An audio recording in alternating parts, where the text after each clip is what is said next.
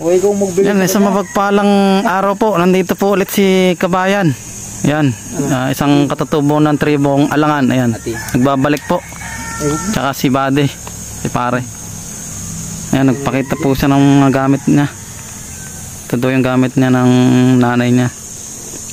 Pulupot na baging na may nakausli pa. Oh. Pwede rin na sa negosyo. Basta mga ganitong may nakausli. Ang ganda nito, Bade. Ito galing sa nanay mo? Pamana sa iyo? O ano lang, bigay lang? Binigay sa akin. Sa iyo na binigay? Ay, maganda yan. Oh. Maraming pwedeng pagkamitan dito. Ayos yan. Ayan yung kahoy na tigal po. Yan na yun. Ito na. Yun ang sinasabi namin. Ito yung kalikasan namin. Kalikasan nyo. Na hindi basta-basta kakapitan ng sakit, ano? Ay, anong mainam ito? Saan nilalagay? Nakainin mo lang ng konting kapiraso. Dal-dal. Kakagat ka? Hindi, kakainin mo ng... O kakainin talaga? Kaunti lang? Kapiraso lang, kaunti lang. Tapos? Wala na. Ano na yun? Yung sasabihin mo tigal po sa lahat ng sakit. Tigal po sa lahat ng sakit? Yun ang sasabihin ko? Pati din sa ano ng tao. Ibay nga ata. Ito ano? Pati yung ano ng tao. Po. Yung mga ano, diba? Galing sa kalikasan nila. Pati yung ano ng tao. Yung mga... Ibig sabihin, kaunti lang nito. Pang ano yung, ano na yun? Ganong tagal ng bisa nun? Pang habang buhay na o... Hindi. Isang taon? Mga isang taon. Kumain ka na ako. Ay, gayon. Tuwing... Siguro maganda na sa mahal na araw, ano? Tuwing mahal na araw kakakain? Oo, yun. Eh kahit kaunti lang yung parang kaunti lang. Kung ano lang yung makayanan. Pag hindi mas maliit pa dito. Maliit pa dyan. Ang inaano ng nanay niya, didila yung pag halimbawa magpapano ka na patnubayan ka. Kung halimbawa yung may mga inano ka ng mga tao, yun nga may mga bate, gano'n, yung masamang bibig. Ganun. Tigal po sa bate. Sasabihin mo. Bubulungan mo lang siya. Tigal po. Itong kahoy. Tapos lalawayan mo lang siya. Pero kakainin din ng pag ano. Pang ano lang. Pagka sasakit naman. Kakainin. Para hindi ka iwas sa sakit. Iwas. Ano pang pwedeng pagkamitan na rin? Ay kay yan lang. Sasakit para sa sakit yan. Para sa sakit? Eh yung sa mga bate, mga nababate. Mga nababate. Meron din kami nun, kaya hindi ko nadala dito. Batong kulay ginto. Gintong hilaw? Hindi naman gintong ilaw. Kulay ginto lang? Oo lang. Tsaka yung ano yung pangkontra? Pangkontra dun sa ano. Pati yan, sabi nga. Pati yan, pangkontra din. Kasi tigal po basta salitang tigal po Tigal po. Ano yan, maraming ibig sabihin.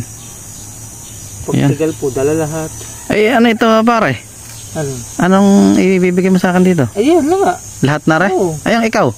Meron ako dito. Meron ka na. Ikaw Bate, meron ka na rin? Madali lang kumasamin ka. Ayan. Isa nga ang ano. Nagkalooban ho tayo. Kunti-kunti nga lang. Salamat. Ito naman ata, hindi naman kinukuha ang lahat ng kahoy yan. Sasapa ka lang. Lang yan. Ugat? Ugat. Ay, ugat? Ugat yan. Yung ugat.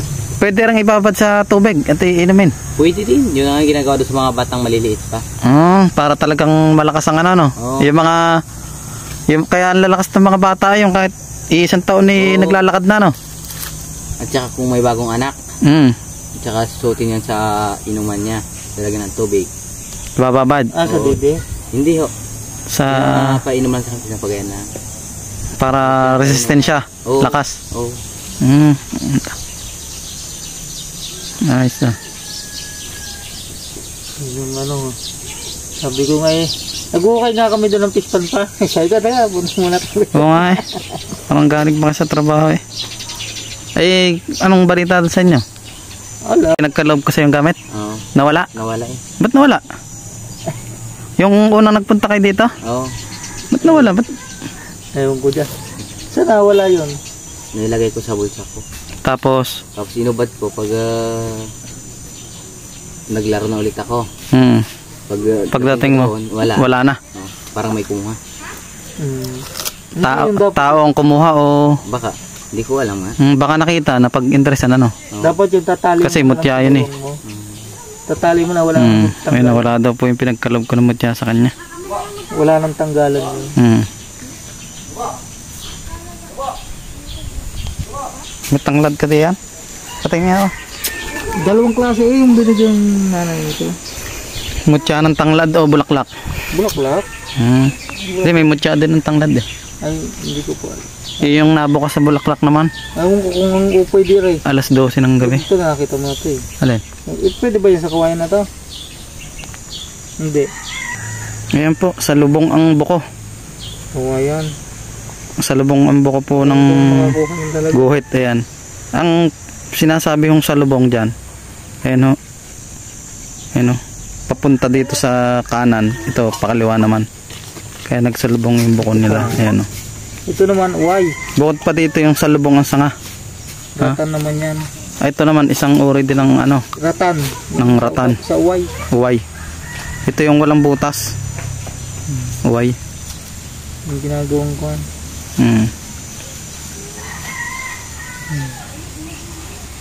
Mga salubong ang buko nito. Ari, tanlad. Ito yung salay. Ay, tanlad na native. Ito yung sa gubat. Tanglad na bulaklak. At ino. Yan yung sa gubat. Ito yung dito sa alaga sa atin. Ito yung sa gubat. Ayan, dalawang klase ang bulaklak niyang tanglad. Yung sa gubat. Tanglad native at tanglad na dito sa atin pangkaraniwan na inaalagaan natin. Ito po yung bulaklak niya. Maliliit. Malalaki pala ang bulaklak sa ano. Kulay itim sa gubat. Yan. Itim yung puno. Pagkatanglad. Diba, yung parang may violet minsan. Itim talaga, hindi talagang itim ang puno. Ng tanglad. Tinan mo, kahit amoyan mo. Mabango pa. Ito tanglad talaga to. Yan ang tunay na tanglad na itim. Yung ito. Yan yung sa gubat. Ito yung sa gubat. Tama yung bulaklak niya malalaki. Tama mo, parehas. Ano ito, nilalangisan mo? Wala. Yan na yung amoy niya. Oo nga, yun nga. Tanglad na, ibang iba lang yung dating ng amoy niya. Yung alam mo yung parang may pagkamintol. Pero tanglad din po. Ayun, malalaki lang yung ano niya. Yan yung sa gubat, na tanglad. Yung itim.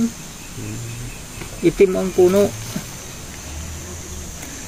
Guys, palooban din po natin sila, dadalhin po natin sa likod.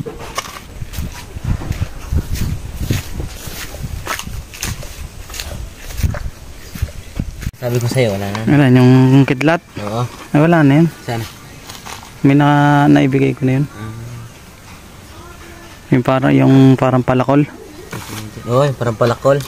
Wala na yan. Shibat. Ano ito?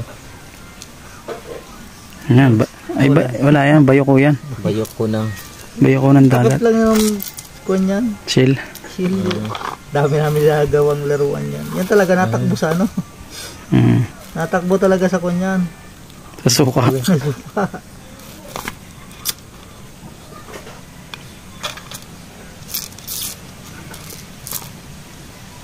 Bunga. Dito mo yung mangga mangga. Ba't ka na yung shield? Nasuso. Ngipin ng isda. Yan. Tumigas na rin yan.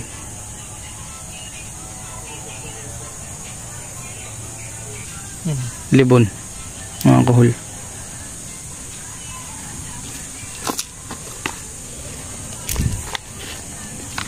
Yung may medalyon din ng atardar. Para maganda. Doble ang bisa. Hindi nga lang maganda pagkakadrawing. Siyempre sulat kamay lang na manggagamot na nabubuhay pa. Ito lang palang dasal nito. Pakain. Pwedeng pakain, pwedeng depensa. Pwedeng depensa na. Kasi naka-imprenta na yan dyan eh. Oh yan, nandyan na yung pakain. Pakain yan ito. Ng talandro. Para mas lalong lumakas. Lagi ka magdadasal ng Ama namin, Panginoong Maria, at saka sumasampalataya. Para mas lagi itong tsaka ito. Yan. Yan, tatanganin mo yan? Oo. Ha? Hindi, kayo, kung sino may gusto sa inyo. Ah, sige. Pagkakalam mo to sa akin. Yun eh, pag sa depensa pwede yan. Talandro yan eh. Tsaka ang mayari niya ni manggagamot. Yun ang alam pakain niya, naandyan na. Nakalagay na dyan. Samahan mo ng Abagi ng Maria. Ay, meron naman din eh, Abagi ng Maria. Ewan ko lang kung parehas nito yung Meron ka rin yan? Hindi, parehas nito. Yan muna ang anin mo. Tagalog. Kasi ang sumasampalataya, parang sumasampalataya din yung Sumasampalataya ka. Halos parehas yung Yung